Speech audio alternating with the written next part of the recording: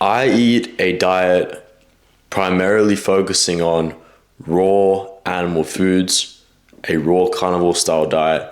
And I asked you guys on my Instagram to send me questions that you have about the raw carnivore diet.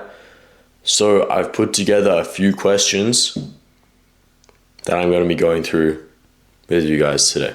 Okay. The first question, isn't raw meat full of parasites and bacteria that are dangerous? Now, it is true, parasites and bacteria are present in raw meat, specifically certain microbes that have been demonized and told to be dangerous, said to be dangerous, but this is not the full picture, okay? The reason people think that they're dangerous is because of the germ theory, which is based on flawed science, okay? And then the continuous observational data from people that are sick and do have symptoms which are associated with these bacteria or parasites, and then they are tested to see if they have it, a stool sample or a blood test or whatever, and it comes up positive. But the truth is, this is purely observational, and we can see that is not causal by the fact that people without any symptoms can still have these microbes inside them.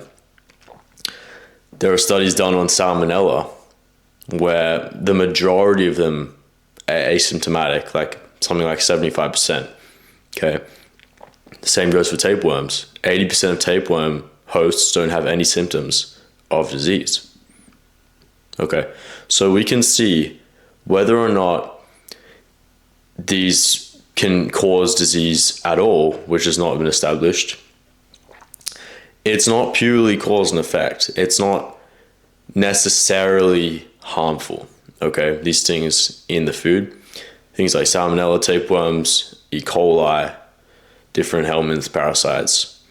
And the interesting thing is that parasites, specifically worms, have been associated in controlled trials in humans with resolved symptoms of autoimmune diseases. And this is thought to be the case by the mechanism that it produces T cells, which regulate the immune function.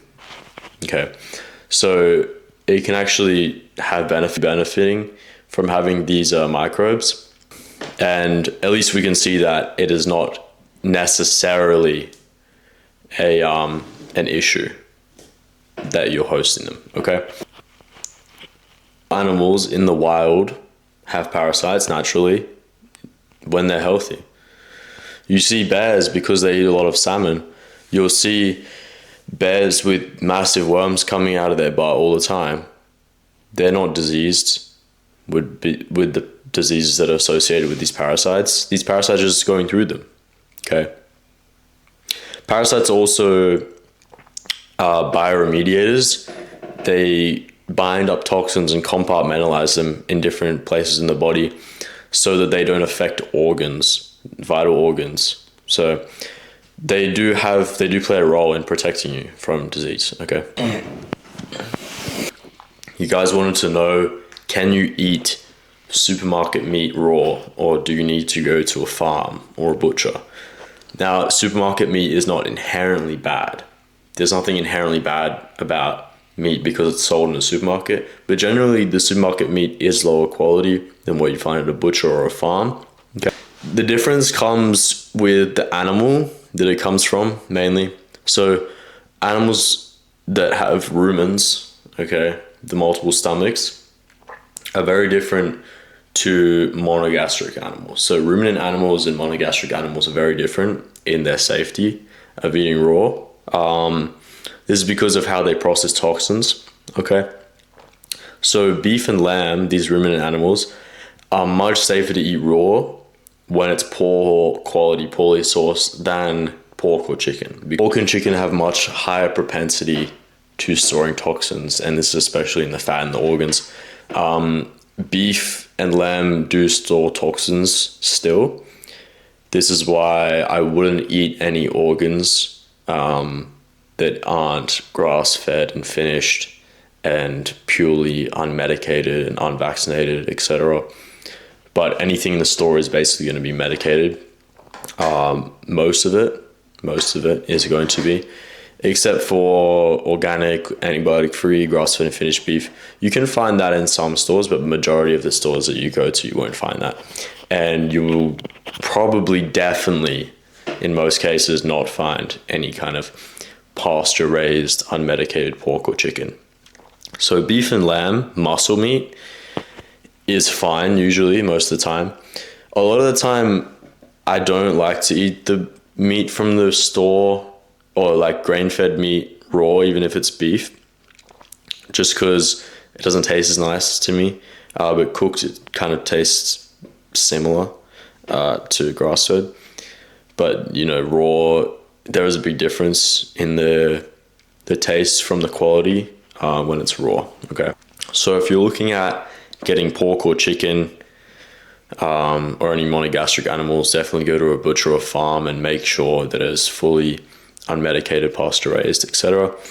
But with beef and lamb and ruminant animals and the muscle meat of those animals, it's not as big of a deal. And you can usually source, in most places you can source grass-fed meat, grass-fed beef in stores anyway. So to know that it's high quality, it should have a slight yellow tinge to the fat.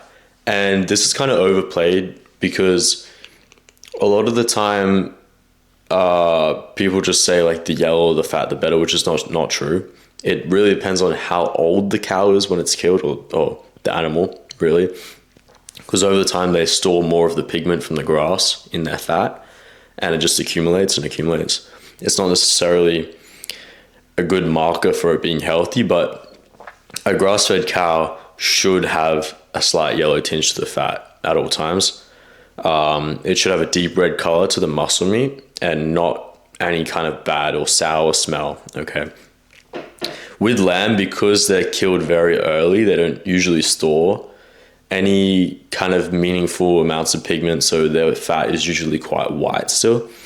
This is fine. Lamb is usually grass-fed, I believe. They get finished on grain, I think, still, but it is usually mostly grass-fed. So lamb is usually quite reliable, okay? If you can't afford quality meat, you can get beef mince. Just 80-20 beef mince is absolutely fine. Grass-fed, 80-20 beef mince. Most countries it's quite cheap. I think in Australia it's like around $20 a kilo, which is actually quite expensive. That's like, actually that could be around $8 a pound Australian, which is like $5 US. $6. Yeah, so okay, so it's like $6 a pound US dollars. So that's quite cheap. You can also get the beef fat cutoffs from the butcher. That's a really good fat source. They usually give it to you for free, or like $5 a kilo. Beef organs as well, like beef heart. You can eat a lot of. Liver, not so much. You can eat some of that, but you should limit it. Those are usually quite cheap. Like heart would be, I don't know, $10 a kilo. So like $4 a pound, $3 a pound. So yeah. Few people said they tried it and they got sick.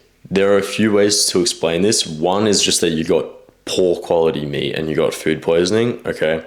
This is from actual toxins in the meat. I have to make this clear. It's actual toxins in the meat that you're detoxing from when you vomit or you have diarrhea.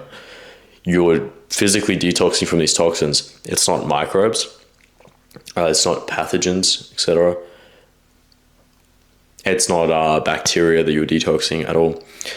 Or you transitioned way too quickly from a high plant-based diet to a low fiber animal-based diet.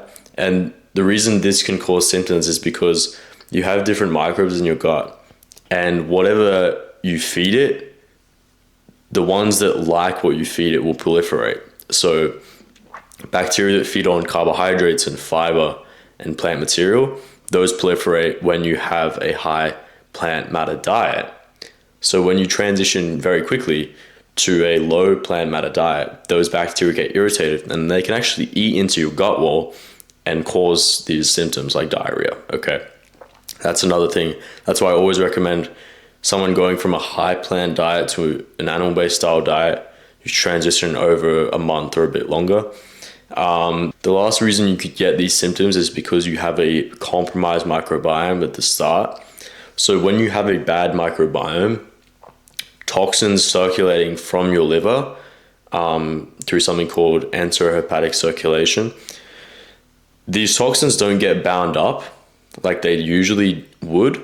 So these toxins are supposed to get bound by microbes to be excreted through stool.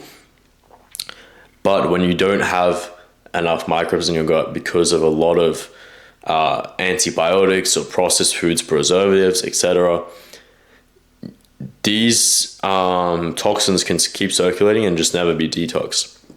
But when you add back in microbes, but when you reintroduce these microbes to a high content like that in raw foods, then you can get extreme detox symptoms because you haven't detoxed all these toxins and they're just circulating, because the microbes will just start binding them all and just start detoxing for you.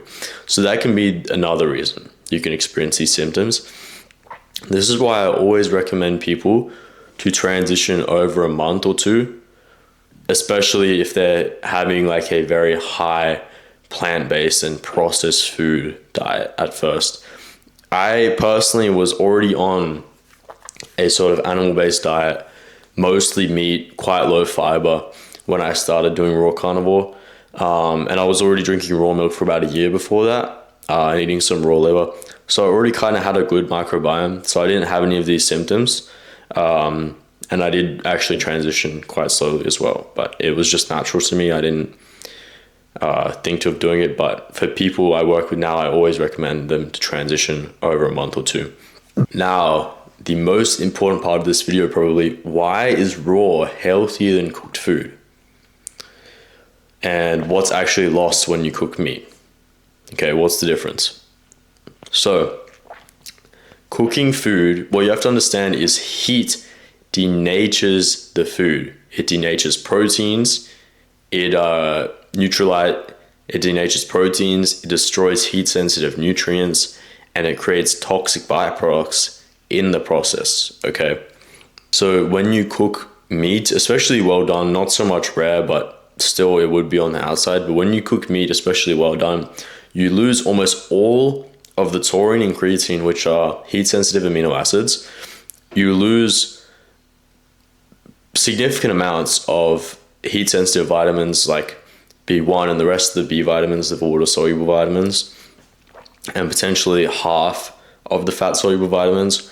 You also oxidize the fatty acids and the lipids in the fat, which creates these compounds called lipid peroxides and aldehydes, which are actually quite inflammatory in the body. These damage DNA and mitochondrial function. You also create a compound called advanced glycation end products. This is through the Maillard reaction of sugars and proteins, and these can include things like carboxymethylylysine, and these are also quite inflammatory and damage your tissues.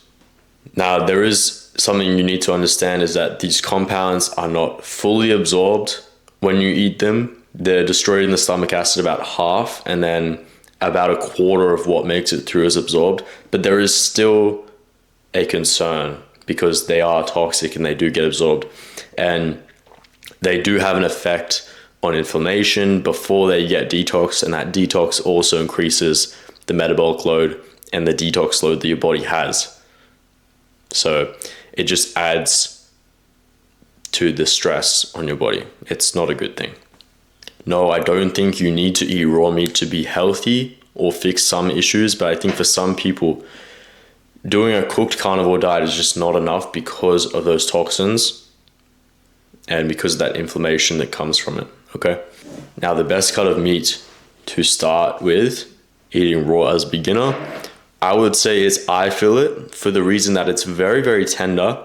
It has basically no sinew or chewy bits in it, and it's quite low in fat. And usually when people start, especially when they eat it cold, the fat is not very nice, okay? And it's usually surrounded with very chewy bits. So eye fillet or filet mignon, whatever, is probably the best cut to start with. It is quite expensive. Beef mince is also, some people like beef mince when they start. I don't particularly like the texture of it raw, but some people like that when they start out. So those two are going to be good to start out with. Now, people will ask, won't you get scurvy without vitamin C from fruits and vegetables? Meat has no vitamin C. Well, meat does have vitamin C, especially the organs, but the muscle meat even has a sufficient amount. It's just very, very minimal. The reason that you don't need as much on a carnivore diet or a raw carnivore diet is because the transporter of vitamin C into the cells is also shared with glucose. So it's the GLUT4 transporter into the cells. So when you don't have this massive influx of carbohydrates, that GLUT4 transporter is a little bit more open, a lot more open actually, and able to receive vitamin C.